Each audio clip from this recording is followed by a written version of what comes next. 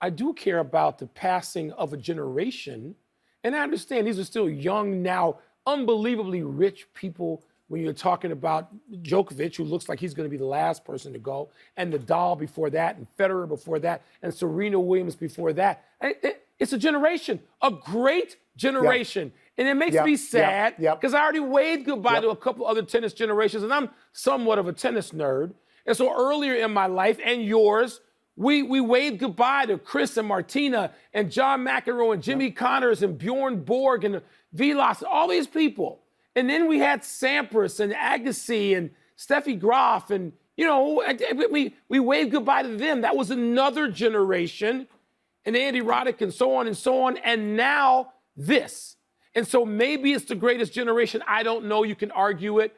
But that's what worries me. And Joker's on the way out. I was saying this weeks ago, even though it looked like he can still physically win, it ain't going to be long if it's long at all. Yeah, so I watched this clip very early this morning. Obviously, it took place last night.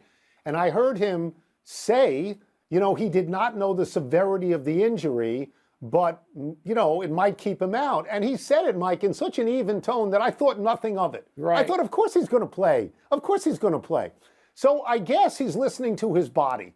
And I guess his body is telling him this has been a real rough haul in the French Open so far, and we haven't won a tournament all year. And I think, Mike, what he's doing is getting ready for Wimbledon, because he's got a better chance to win Wimbledon than the French. He's got 7 Wimbledons at this point, and he's only got 3 Frenches. You're right about the generation leaving. I appreciate that, and I don't want to plow old ground over and over and over again. You think he's the best ever. I don't, but I think he's very good.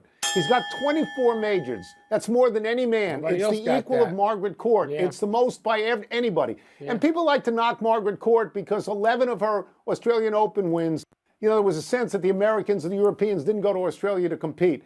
But she's also got, she's got 3 Wimbledons, 5 French, 5 U.S. Opens. So I don't want to knock her. They're in a rare air. And if you look at his peer group, he's the only one left. And Mike, this may be the way he goes out. This may be the beginning of going out. Tony, he's going out. I mean, could he get Wimbledon? I guess. But the Sinners and the Alcarazes, no, Tony, it's done. Just like we waved goodbye to all the others. You were there. You and I, people don't realize it. We talk about basketball and football more than anything. We covered a lot of tennis in our lives, and we got to see all these people up front.